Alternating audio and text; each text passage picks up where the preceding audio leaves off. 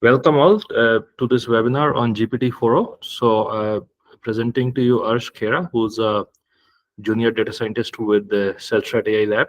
So Arsh, over to you, and you can start presenting. So yeah, so hello everyone. So this is Arsh, as I told, a junior data scientist at CellStrat. So first of all, happy Ganesh Chaturthi to everyone. Right.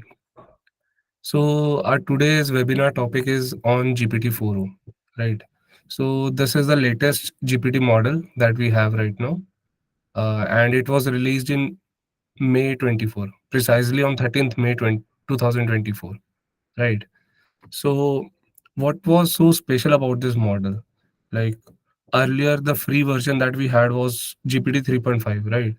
And the GPT 4 version was paid. So now we have 4o, where O stands for Omni, right? So, what GPT 4o extra has is about parameters, right? So, it has 200 billion parameters in comparison to GPT-4, which had only 175 billion parameters, right? So 25 billion is still a very huge number, right? So yeah, so the O in GPT-4o, it stands for Omni, right? So in Latin, Omni means every. So that is something special about GPT-4o. It has multi-model capabilities. It can take visual inputs, audio inputs, text inputs, obviously, right? And then it can give output also in similar formats as you desire. So that's why the name Omni came, which means every. So it is a significant leap towards more natural interactions between humans and computer, right? So yeah, so it represents a significant advancement in AI language models offering enhanced capabilities and performance, right? So whether you are a developer looking to integrate advanced natural language processing into your applications, or a user who is just exploring some new AI capabilities, so for them GPT-4o has some of the most powerful tools, right, and features that can help you to get your work done, right? So talking about the comparison between 4 and 4o, I can give you a brief, right? So about the parameters, as I told, in 4 it was around 175 billion, and in 4o it's 200 billion, right? And also about the tokens. Tokens, I mean the context window, right? So GPT-4 had 2048 tokens, 2048, but whereas 4o has double, 4096 tokens. So even that's a huge difference, right? And one thing that when we talk about AI is about the training data that we have, right? So the training data in 4 is up to 2022, but in 4o the training data is still October 2023. Still, it's a lot. Whereas the 3.5 model had only training data till January 21. So that was something that, like, this the training data being latest means a lot to us, right? So every day some new information is coming out. So even if I talk about the training data, if you ask GPT about GPT-4o about itself, like what does this 4o omni mean, like explain in detail, it won't be able to tell because it itself doesn't have that data, right? So even that, it will keep talking about GPT-4 if you try it. So this training data matters, right? And about the strengths, so GPT-4 had strengths like general knowledge, natural language understanding, right? And it was a very improved version over 3 and 3.5, right? And whereas when we talk about 4o, it has better context retention. We'll talk about this in detail. Like this is due to um, layer pruning, right? And it has more accurate and diverse responses in comparison to GPT-4, right? So this is the kind of evolution that I'm talking. Like, what are the major changes that 4o has in comparison to 4? GPT-4 was a paid version, right? So everyone hadn't chance to use GPT-4, but 3.5 was a free version. So we have 4o, which gives you limited number of prompts in free, but still you can explore it, right? So and even 4o has enhanced handling of ambiguous queries, and along with that, it has some faster inference speeds, right? So this is what makes 4o something very special for us, right? So that's why we have a webinar dedicated only to the model GPT-4, right? Okay. So let's move to the next slide. So yeah, talking about the key features, right? So as it's written, accepts text, audio, image, and video inputs, right? As I told earlier. So and it can accept any combination, any input combination of text, audio, image. Like you can give an image and write a prompt like tell me in details about this image, right? Or uh, even it can work with videos also, but yeah, for video the processing will be slow. Okay. And it generates any combination of text, audio, and image outputs, right? So it can also respond to audio inputs in little as 232 milliseconds, right? So this response time is quite fast, and the average response time is 320 milliseconds, right?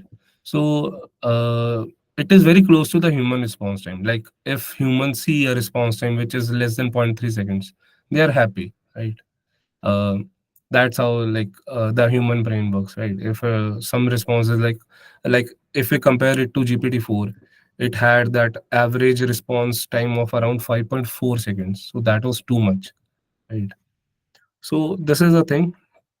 And also uh, this GPT-4o matches with the GPT-4 Turbo. We have another model which is GPT-4 Turbo on text and in English, on text in English and code, right?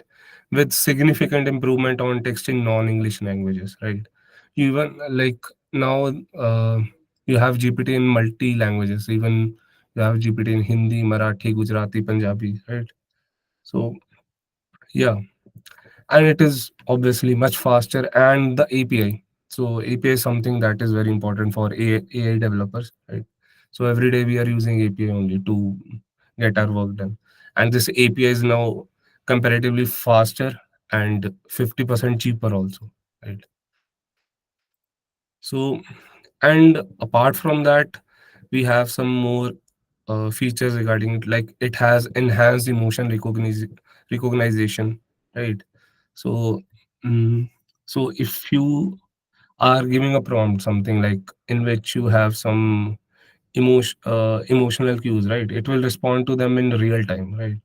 So this feature significantly enhances the model's ability to understand context, and it can tailor the responses accordingly, right? Also, it has some real-time interaction. I'll show a video based on this. So it can respond in real time, like if you are giving some audio or video input. So let me share a video regarding this.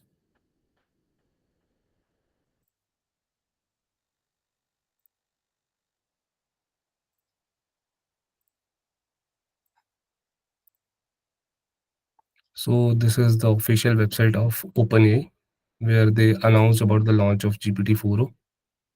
Okay. So here's one video which I can show you.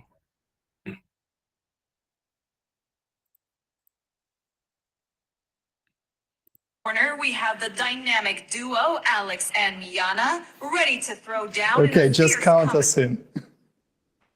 All right, here we go. In 3, 2, 1, shoot. Now show your hands. What did you pick? Who won?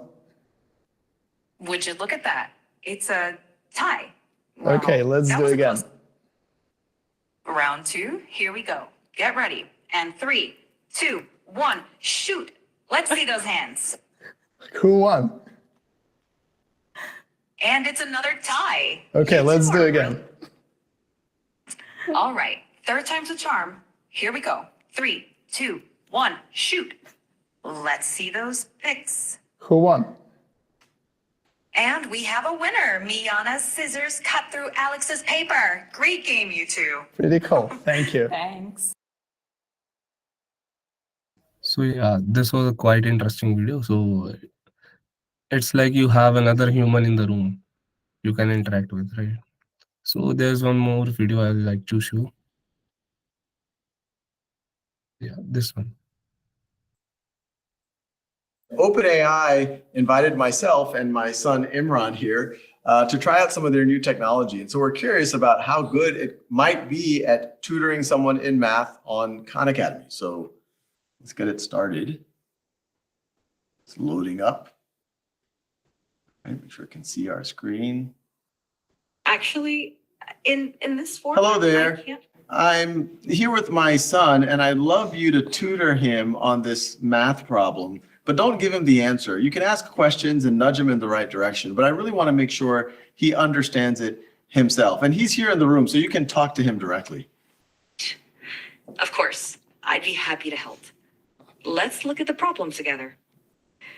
Can you first identify which sides of the triangle are the opposite, adjacent, and hypotenuse relative to angle alpha? All right, so I'm pretty sure this is the angle alpha right here, right? Perfect. That's correct. Now, looking at the triangle, which side do you think is the hypotenuse? Really, Remember the hypotenuse? I'm not totally sure. I think it might be this one, but I really am not sure. This side AC. You're close. Actually, side AC is called the adjacent side to the angle alpha.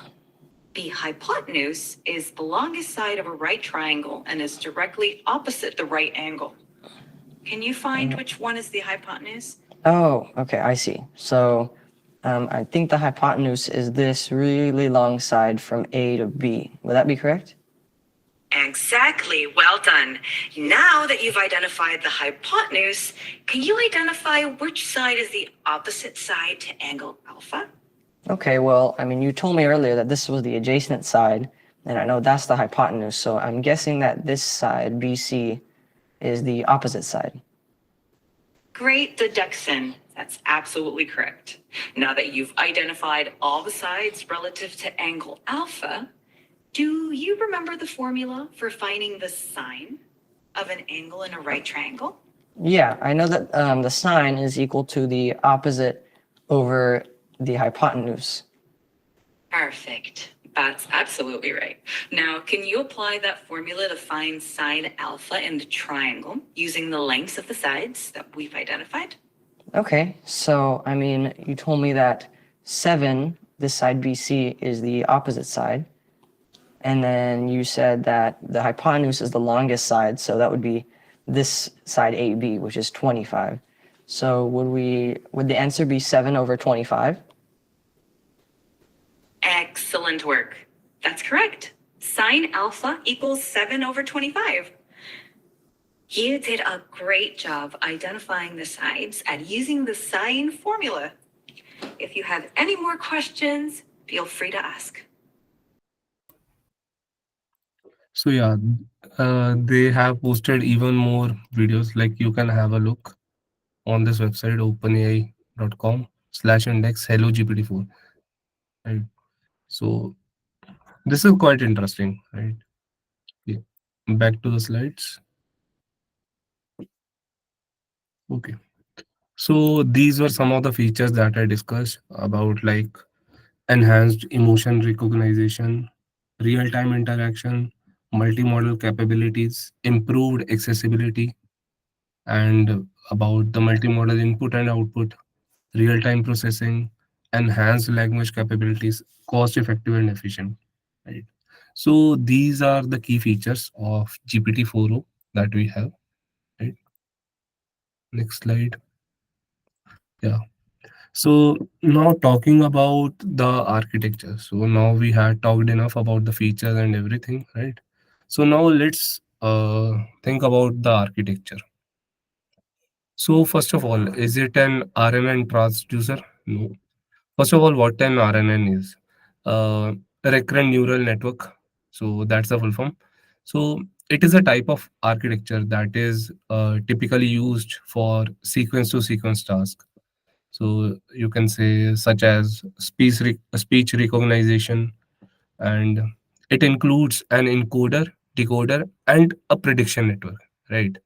So RNNs are capable of modeling sequential data like speech or text, where the prediction of the next item depends on the previous items in the sequence, right?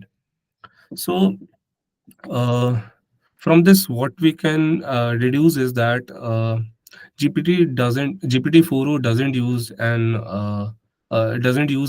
transducer, right? This is because RNN transducers tend to be slower due to their sequential processing, right? Modern architectures like GPT-4o, right? It is the latest one, often prefer more parallelizable methods like transformers, right? Which offer faster inference and greater scalability, right? So then it's not RNN transducer. So likely it would be an auto regressive decoder architecture, right? So uh, we'll call it in short AR decoder, right? So AR decoder uh, generally generates outputs one token at a time, right? With each token being dependent on the previously generated token. So so this means that while generating text, for example, each word or token is influenced by the sequence of the preceding word, right? Yeah. So this gives us hint that so from this we can say that it likely uses an auto-regressive decoder, right? AR decoder, okay, which is the standard in LLMs, right? Like GPT. So and these such models can predict each token step by step, allowing for coherent and context-aware text generation, right? And the advantage of AR is that it allows the model to generate highly accurate sequences since each token incorporates previous context, right? So making it effective for tasks like text generation, translation, and summarization. Fine. And apart from this, GPT-4o is designed such that it has a very high speed, right? Compared to other LLMs out there in the market or even its successors. So this is likely due to its efficient transformer-based architecture rather than using some RNNs, right? Because transformers are more parallelizable, allowing for faster training and inference. So it is crucial for large-scale models with billions of parameters to have such transformers and even the efficient ones, right? We have GPT basically has a transformer, right? So we'll discuss in detail also like uh, what kind of transformer architecture we have, right? And its optimization also points to more efficient computations, right? Through its attention mechanism, right? And it has some specialized hardware accelerations too, right? Like GPUs and TPUs, right? So and since it's using an audio encoder too, so previously OpenAI had released this Whisper, right? It was some automatic speech recognition system, right? Designed for handling tasks related to speech to text conversion. So GPT-4o doesn't use this Whisper architecture, right? So instead, uh, it's likely that it's specialized in multimodal tasks, right? It's so what was with the Whisper was that it basically split the audio into chunks of 30 seconds, right? And then it passes into encoder.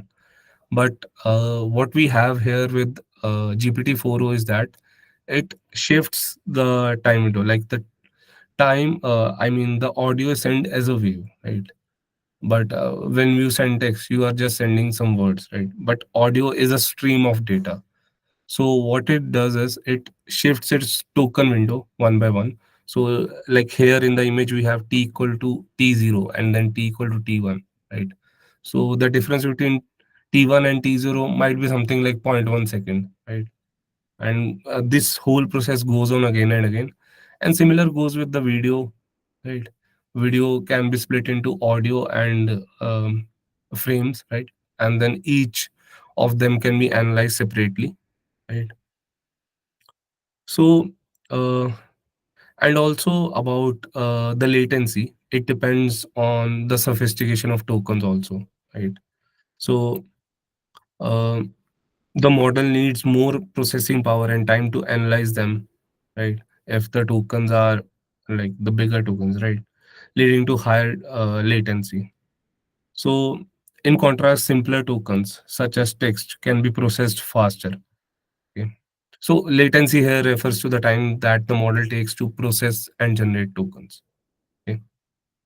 So yeah, so this was a brief about this architecture, like how it works and everything out for. And at the end, we will also have a code demo. We'll be using its API to do visual and audio tasks, right? Okay. So now this was about the architecture and its key feature. So then next is we'll be exploring about GPT-4o, exactly like about its enhanced capabilities that it has. So GPT-4o is uh, built on the strengths of GPT-4, obviously, but they still there are like it's built on the strengths of GPT-4. So with time to time they have trained it again and again, right? They have continuously experimented and refined them for their Omni model, right? Okay. So about this enhanced capabilities. So the first one is more coherent and detailed text to image generation, right? So earlier we had this DALI with GPT-4, okay? But now um, this text to image generation is even more coherent and detailed, right? So this is all about the training data that they have fed into the model.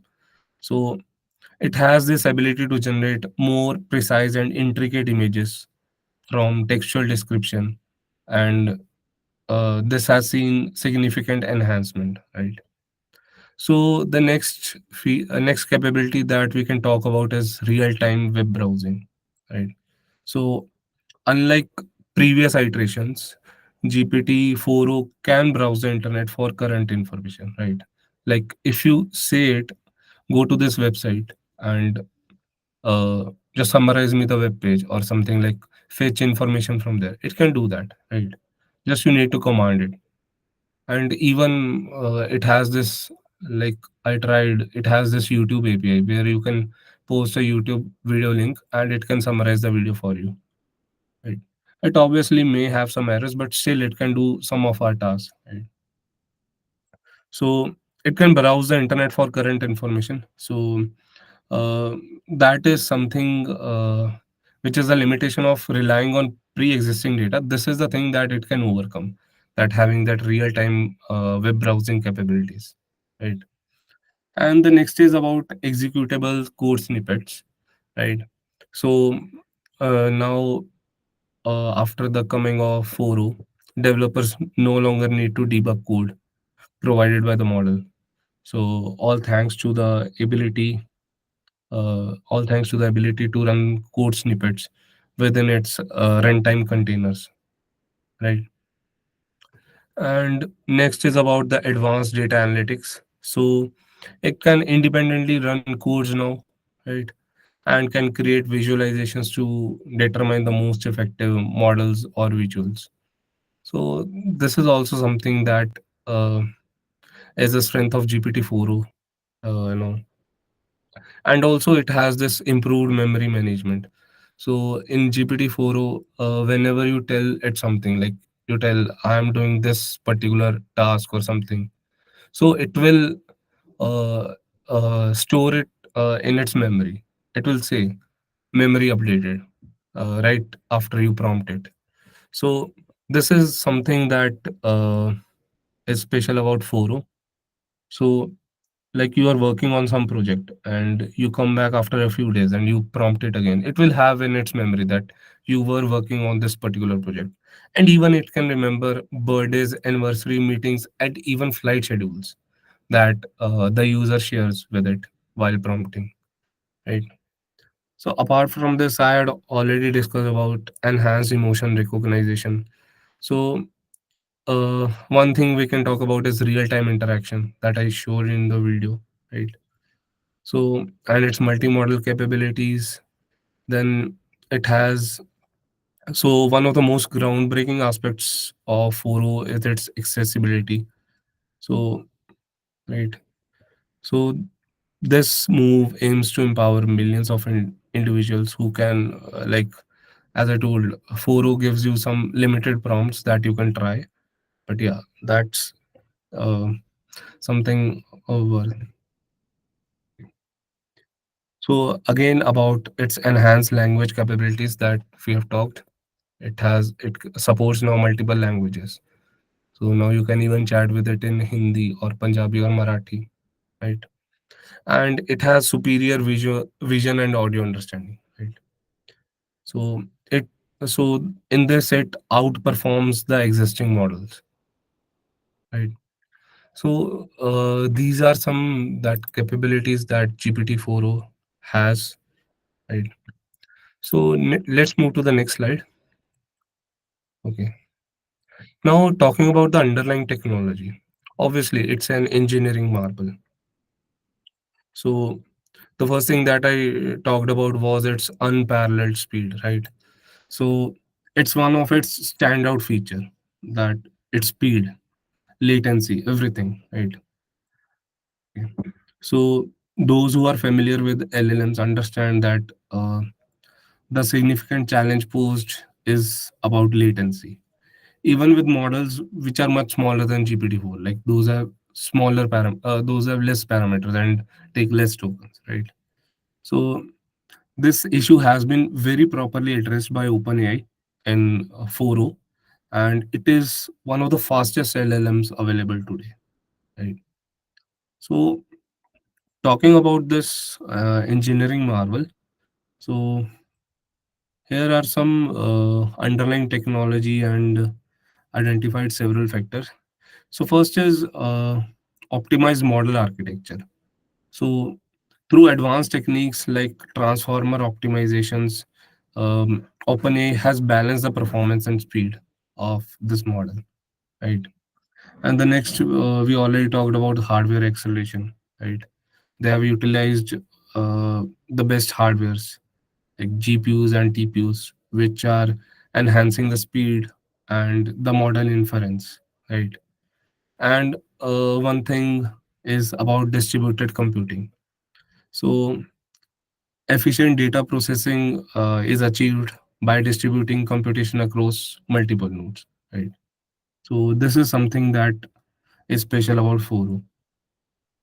And again, talking about software optimization, enhancement in data handling, memory management, and parallel processing. These contribute to faster inference times, right? And caching and pre-processing. So these are some smart mechanisms so that reduce the overall inference time uh, for GPT-4, right? Compared to the previous models or other LLMs, right? So let's move to the next slide.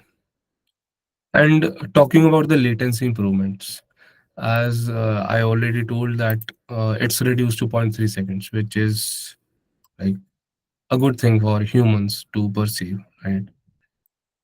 So this thing makes it highly responsive for real time application, right?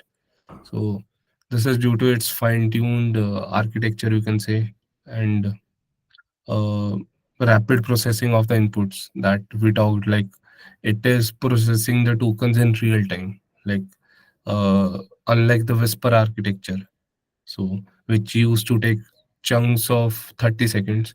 Instead it's taking tokens of audio in a window of something like zero point 0.1 seconds or maybe 0.05 seconds, right? So that's something that is reducing the latency, right? And it has separate training stages for audio, video, and multimodal data, right? So uh, training these components separately allows for more specialized optimization, right? And next is about unsupervised uh, pre-training followed by supervised fine-tuning.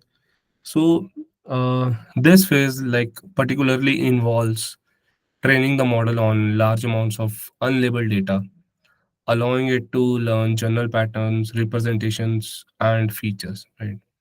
So this significantly reduces the need for labeled data, which is expensive and time consuming to create, right?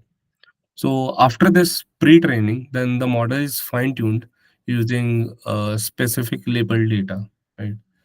So you can say example something like speech recognition or video understanding, right?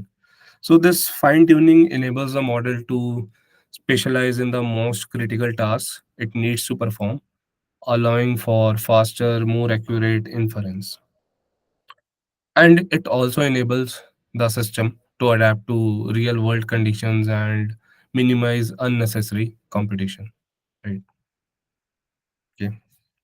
So this is what we talked about. It's so next what we can talk about is its innovation in the model architecture, right? So what particularly made it something like that's very fast, reduce the latency and everything, right? So the first thing is about the sparse attention mechanism, right? So uh, so particularly let's talk about like how transformers work and why we need to optimize them for longer sequences. So uh, here there is quadratic complexity in transformers. So that is something O dn square, right? Where n is the sequence length and d is size of each token, right? Mm, Now, why does computation grow so fast? It's because the model calculates attention scores between all pairs of tokens. That means for every token in the sequence, it has to compare itself with every other token. So the number of comparisons scales as n times n square, leading to quadratic complexity. Like this is known as quadratic complexity, right? So somewhere they have reduced it to n log n, right? Okay. And then about the self attention mechanism, uh, its purpose is to decide like how much each token should pay attention to every other token in the sequence, right? It does by using QKV values, which you might have heard. Q is queries, key is keys, K is keys, and V is values. So, but however, as the sequence gets longer, this process becomes computationally expensive due to the large number of attention calculations that are required. Right? So here's where the sparse attention comes in. So the idea is to focus only on the most relevant tokens, right? Instead of calculating attention scores for every single pair. So there is this huge matrix multiplication where um, a dot product between the vectors are done, right, behind the scenes. So by doing so, by using this sparse attention, we can reduce the computational load, skipping some unnecessary calculations and making the model much more efficient, right? Right. So in this, one popular method is called QK sparse, right? So rather than computing attention scores for every key pair, we selectively focus on the most important pairs. So imagine an attention matrix where only a few meaningful connections are kept while the rest are ignored. So this drastically would reduce the number of computations.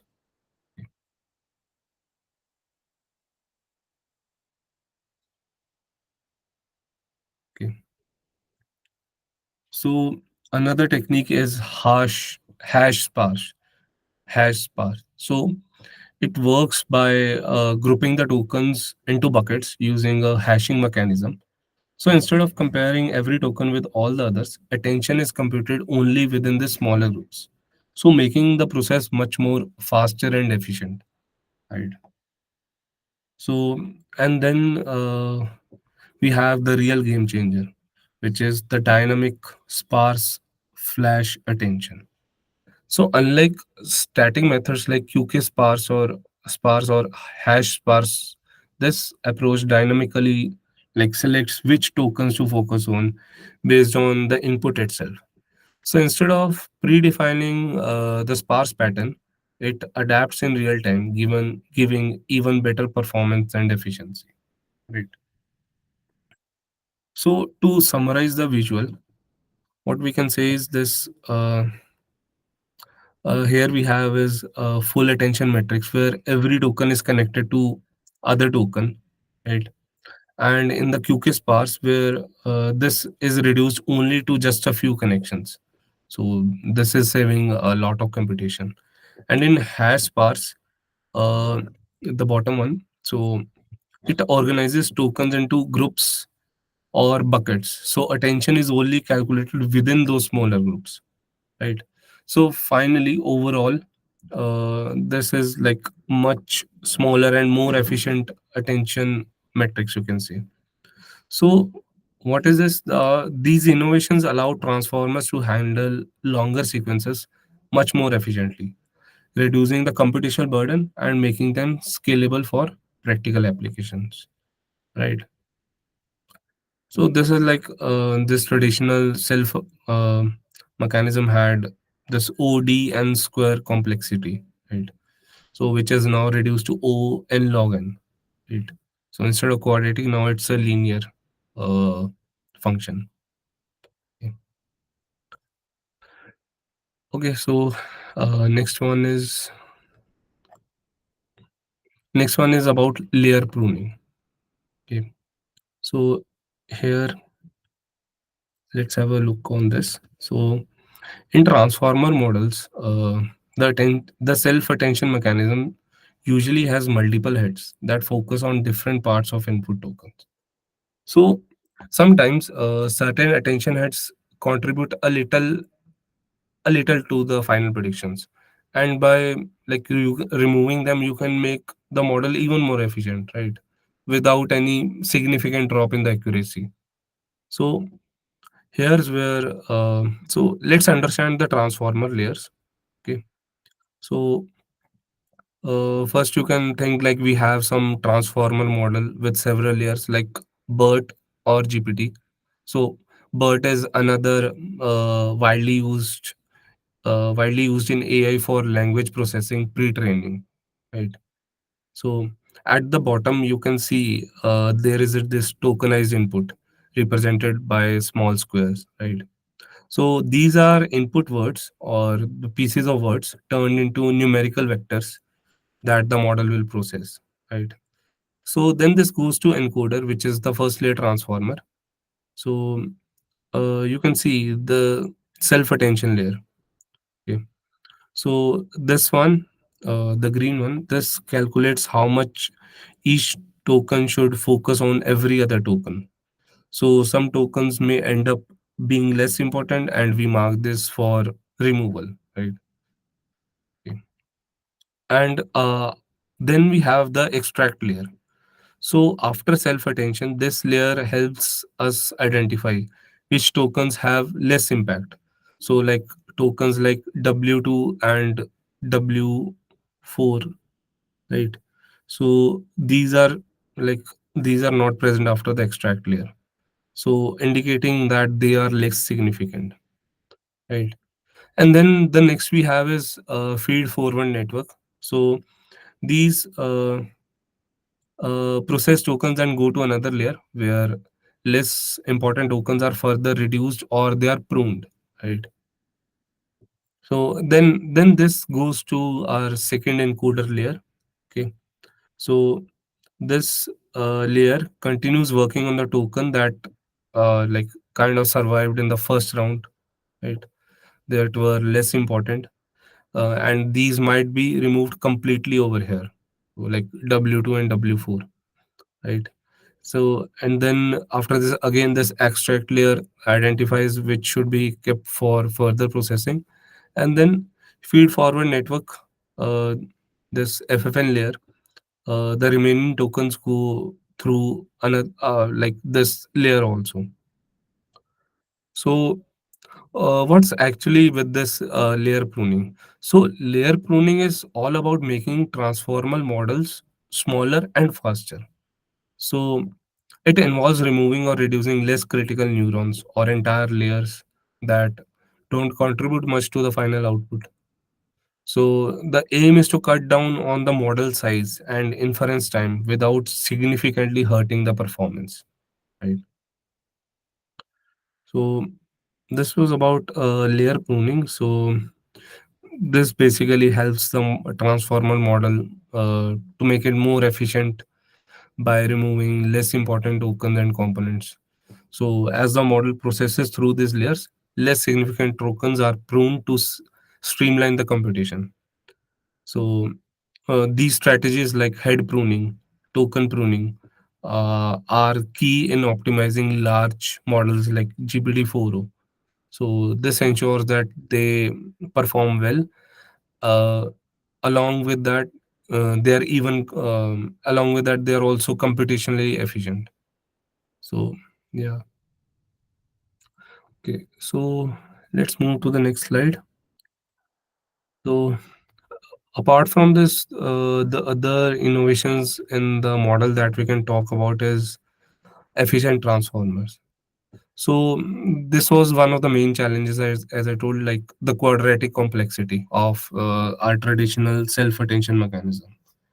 So, this essentially means that as the input grows, the computational cost rises drastically, right?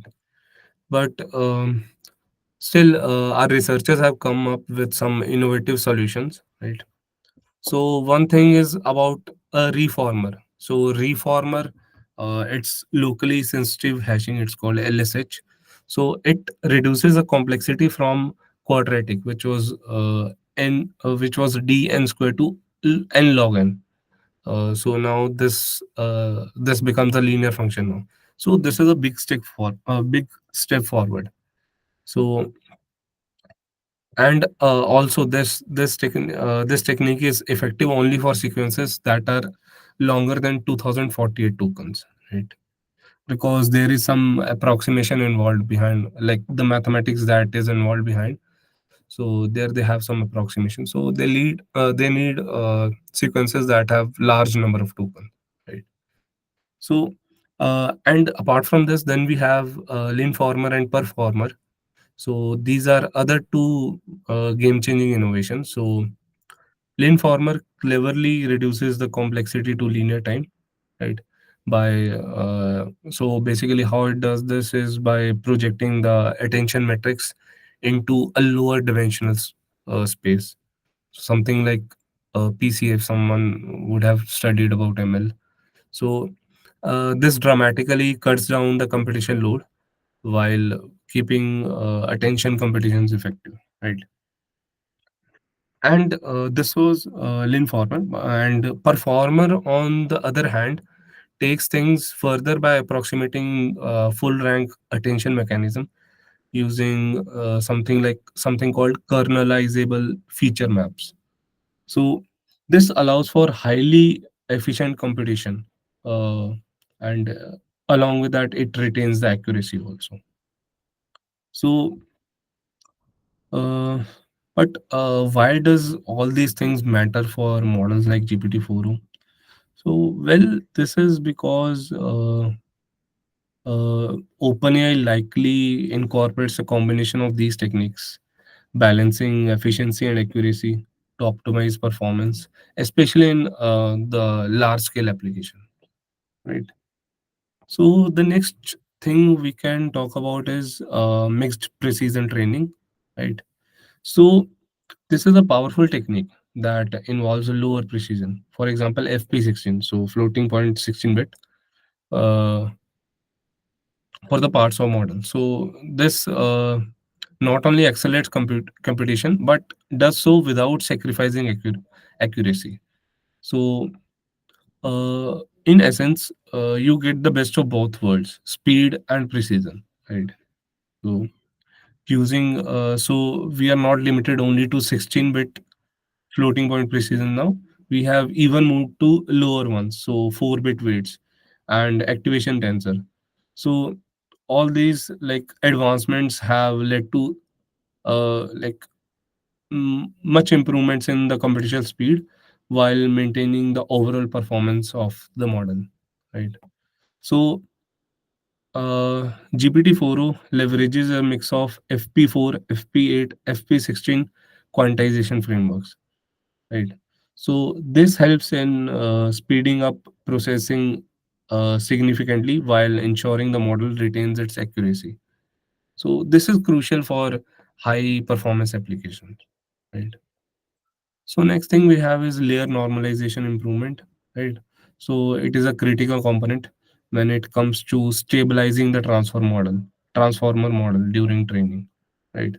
So what was traditionally was layer normalization was placed between some, you can say, residual blocks, but uh, doing so like makes the training highly unstable, right?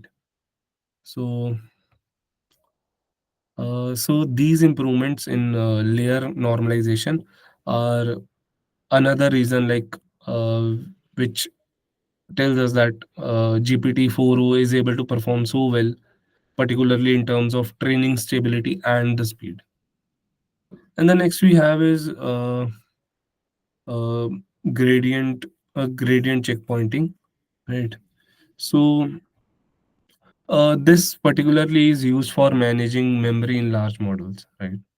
So like this reduces that extra computation. Like instead of storing every single intermediate activation during training, so this gradient checkpointing allows us to recompute some certain activations, right? So right. So so when we are talking about models of size like GPT-4o, memory is a very huge factor, right? So the beauty is that and we can deploy these large scale models to operate efficiently even on platforms with limited memory like a mobile device, right? So this means that we can deploy these across a wide range of devices without sacrificing any computational power, right? So each of these techniques that we have talked, these contribute to its efficient, accurate, and the scalable model. So, and this is crucial in today's ever-growing demand for more complex and capable AI systems, right? So, right. So, let's move to the next slide then. So, about fully multinomial training from input to output. So, GPT-4 Omni, like it achieves its incredible capabilities, and it all comes down to something called fully multinomial training.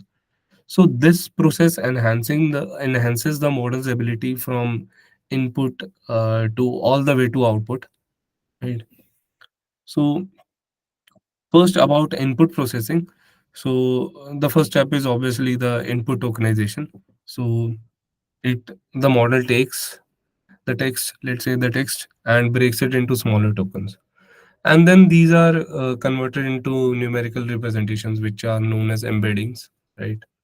So uh, the this process of embedding is very important because it captures the semantic meaning of each token, right?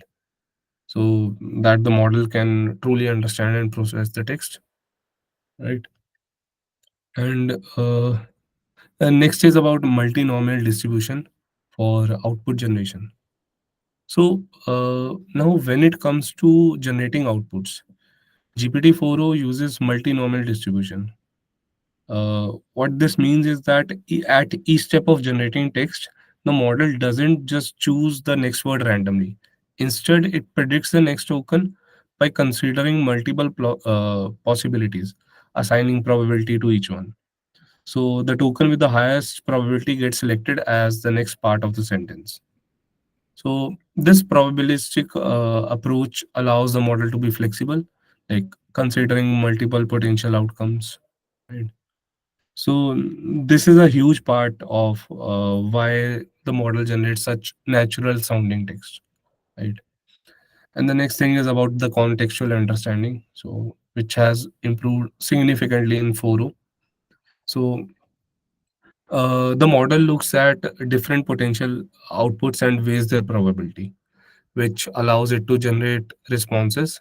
So the responses that are not just accurate but also relevant to the ongoing conversation or context. Right. So this is why like GPT-4o feels logical and consistent throughout any interaction. Right. And the next is about error minimization. So during training, the model undergoes constant fine tuning to minimize prediction errors. Right. It adjusts its internal parameters to improve how accurately it predicts the next token based on the given context. So this process makes the model like highly adaptable to different types of inputs. Right. The multinomial approach here is key because it ensures the model can handle a wide variety of inputs. So this makes it overall a robust model. Right. Next point is about iterative refinement. So this model doesn't just stop learning once it's trained. It constantly refines its prediction. It learns from the previous outputs continuously, and it continuously improves its understanding of language patterns and nuances. Right. So these iterative process helps the model generate more accurate and like more coherent outputs over time. Right. So the more it trains, the better it gets. Right.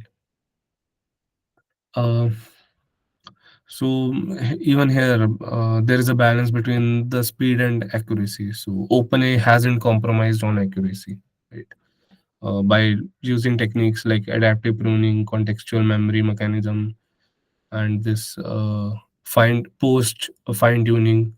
So this, like in other words, like GPT-4o, it manages to achieve that, maintain that high level of accuracy, and along with it, it's even faster at processing. Right. So this was like about all about the GPT-4o that I could discuss. So next thing we have is a code walkthrough that I can show you right now. Right. So shall I proceed with the code then? Yeah, yeah. A lot of good algorithmic details. Let's see the code. Yeah.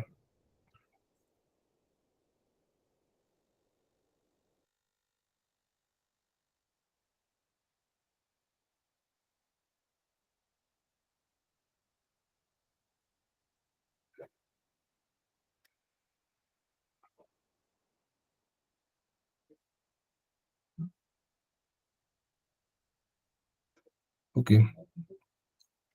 So the first code walkthrough that I'll be showing you is on this something like its visual capability, right? So here, uh, first of all, we I've just imported some libraries, and then I've used this OpenAI API key. So this, and here I have given it context about the context and the system instructions, right? And then here IPython. So this is a module that provides way to display content, right? So like image, audio, and something like latex math. So right. So then this base64. This is a Python module that is used for encoding and decoding binary data, right? Such as this image file. So here I'll be working with an image. So here I have some image, right? So let me quickly run this code and I'll show you one by one.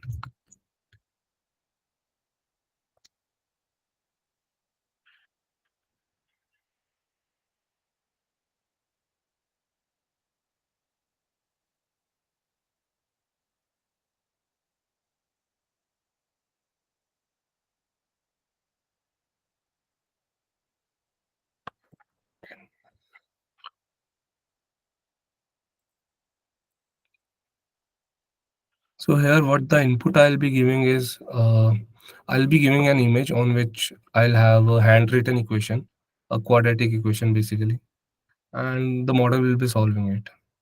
4o.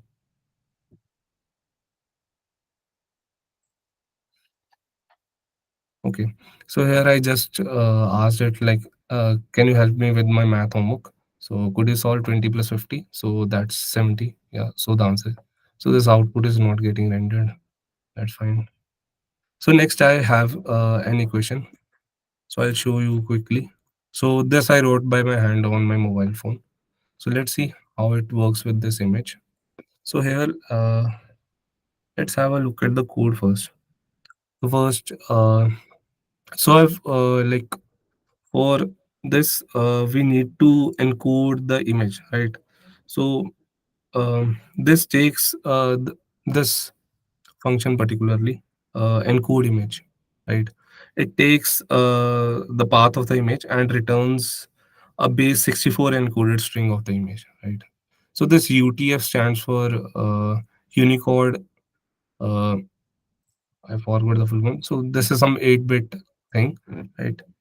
So and then and then I'll be just sending the uh, data to the API, right? About the image, like can you solve this quadratic equation, right? So okay. So and this temperature is 0. So this defines like how creative or random responses that AI can give. So let me quickly run this code.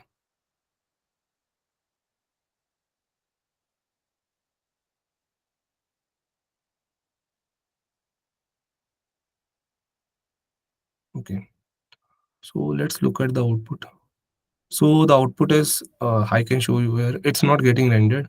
So the output is x equal to 2 and x equal to 3. So uh, those familiar with mathematics can say like these are the two roots of the equation. So this was a demo about its visual capabilities, right? So it can even solve this handwritten equation. So another I can show you is about the audio thing, right? Let me quickly run this. So here I am testing its audio capability. So oh, it all Sure.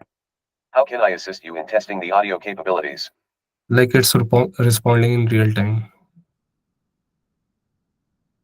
Great. How can I assist you today? How are you?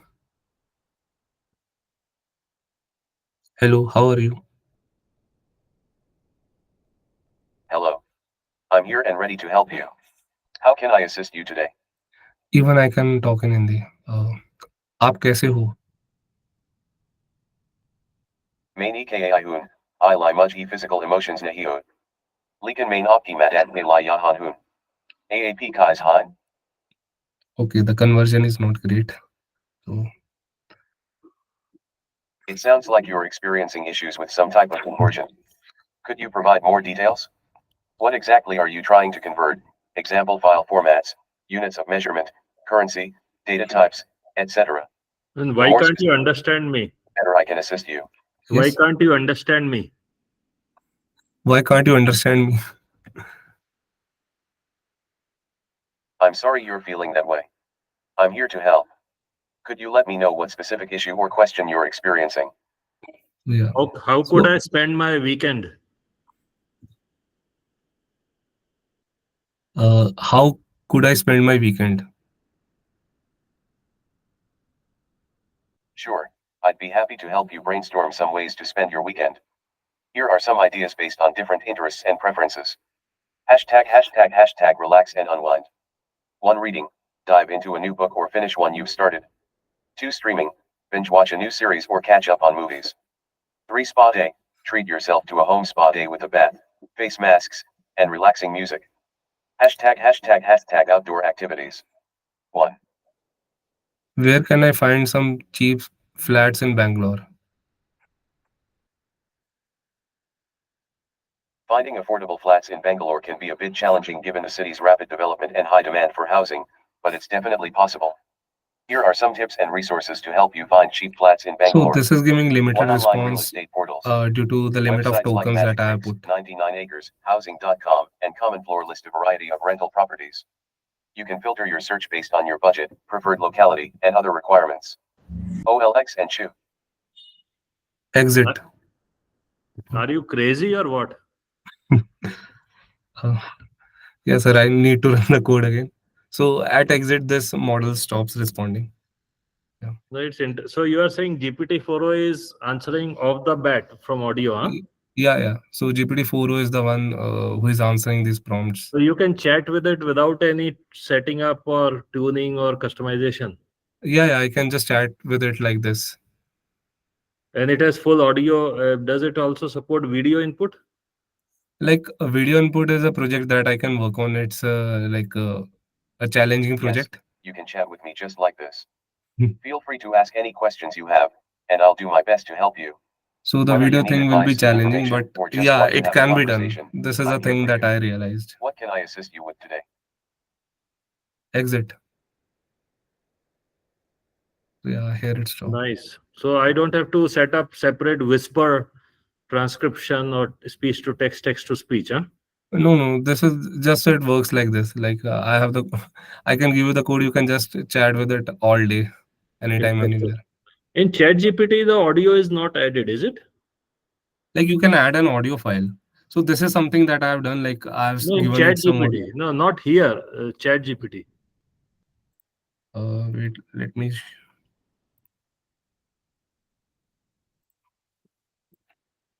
Uh,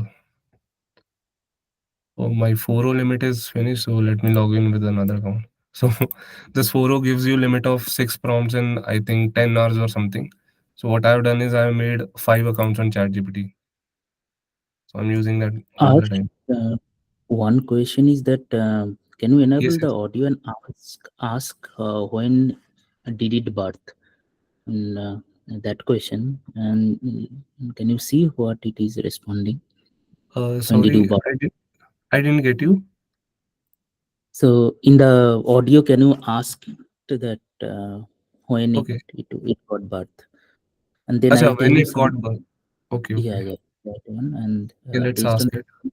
yeah, The I'll thing is, ask. the micro, it's taking inputs from my laptop's microphone. So if you people speak, it won't be able to like take the input. So Hello. it's like I can add an additional device. So that's what I can do. Maybe you can also ask. No problem.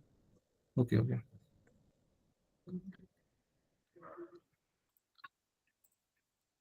When were you born? I don't have a specific birth date because I'm an artificial intelligence created by OpenAI. I was developed and released as a tool to assist with providing information and answering questions. How can I help you today? Now ask it in Hindi. I mean, you ask it in Hindi. Okay. Yeah. आप कब पैदा हुए थे? Okay, so it's generating in Hindi. It's not able to speak Hindi. So this is one limitation. And another thing is, yeah. Now immediately I now it understand is. that you are concerned about the language barrier for your meeting, which is in Hindi. While I can assist you in English, I can also help you prepare some common phrases or translate key points into Hindi that might be I useful need for to your keep a meeting. button where Let I me can know how pause I can it. assist you better.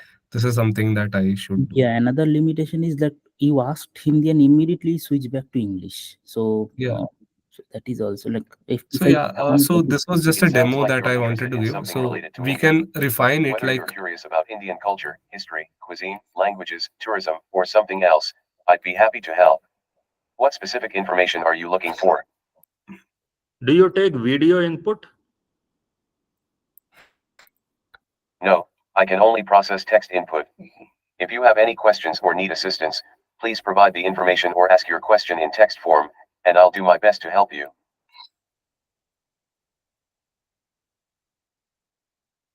exit,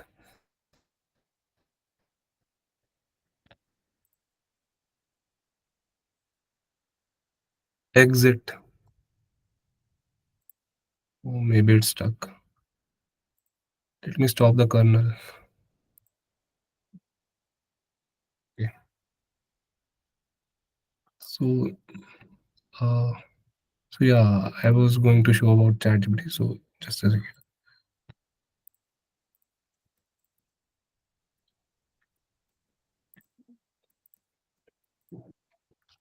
So here, like, you can add some files from your computer. Like you can add an audio file, and I think it should process it. Let me check if I have some audio file. I probably should have. Yeah, I have an MP3 file. Can you give me the text said in this?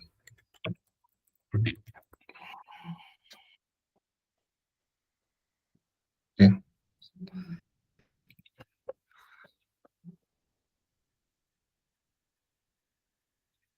So this is what it says.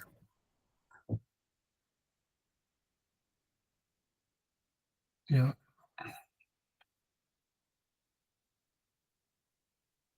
Can work with images only, I think, this 4o. So what I have done in the code is like I have used API to convert my speech to text, and then so like what I try to make is the model that I have used is 4o. So what I try to make is something similar to that shown you in the video, like people were interacting, but instead of video, it was just an audio. Yeah, this is something like you have your own Google Assistant. You can deploy it on some app or something, and then you can use it whole day. Yeah. I have some question. Can I ask? Yes, go ahead. Actually, I really admire the project you made. Uh, I'm a recent pass out student, a university graduate, Okay. and I'm looking for a job. So I want to ask that my skills are in Java and React. Okay. So I want to know that I want to build this project. So what are the requirements I really need to So meet this project? yeah, so for learning AI, you don't need any specific requirements. The thing is that you can get many of the codes online on GitHub. You can just tinker them and get your work done, right? Okay, using the So Java. no, here like I have used Python only. I don't know about Java. Okay, Like I have used Python only. and what type of the model you used? So I used GPT-4o. GPT-4o. Okay. Yeah. So we do have courses in AI, ML, DL, Yeah, computer right. vision, NLP. So anybody who wants to come into this line, we can train them. Yeah. So those are like very good courses. Even I have studied from them courses. Those courses like where I didn't know much about AI. Yeah, they also have projects along with it, which you can practice. So even I can share these projects along with the course. Okay, so Arsh, are we done? Yeah, sir. From my side, yes, it's done. So for friends, any final questions? Okay, so that was good demo, Arsh. Thank you for the presentation. Thank you, And sir. thank you, audience, for joining. Have a great day.